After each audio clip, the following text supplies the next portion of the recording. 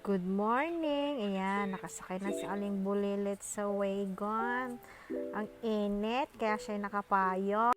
So, yun na nga, lalabas na kami. Ayan, nagbukas na ang gate. Hay! Init na init si paring Eric.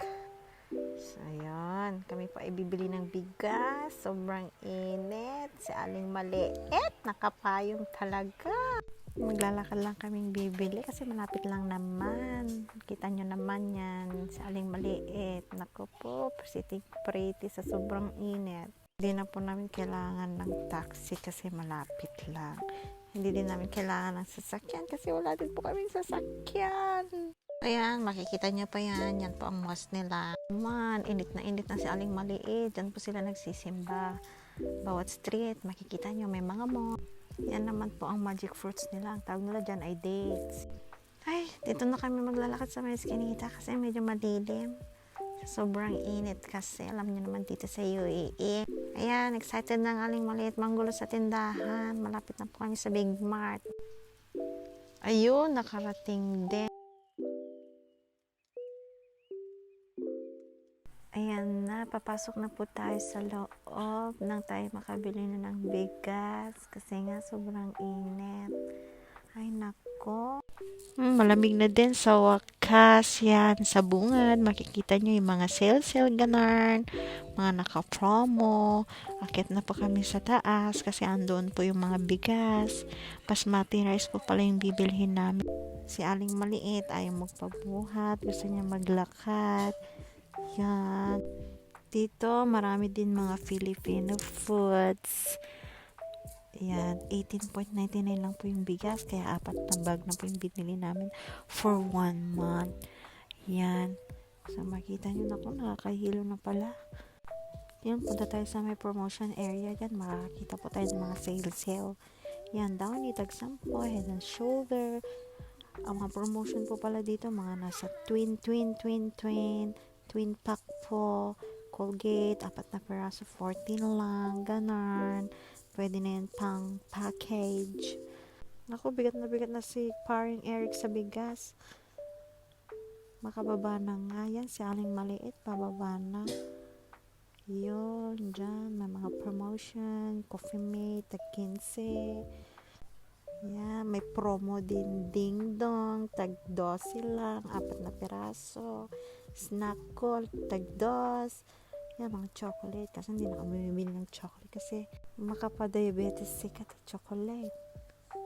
Promo nilang Condense, Evap, Alaska Angel. Yan, mga promotion yung mga yan.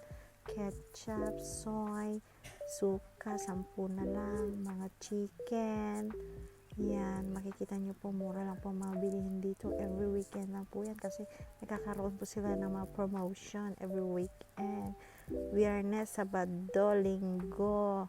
Pag Lunes, back to normal na yung prices. Kaya pag bumibili kami, every weekend lang talaga. Para makamura yan. Mga fruits, tag 2 lang per kilo. Kita nyo naman, ang mumura.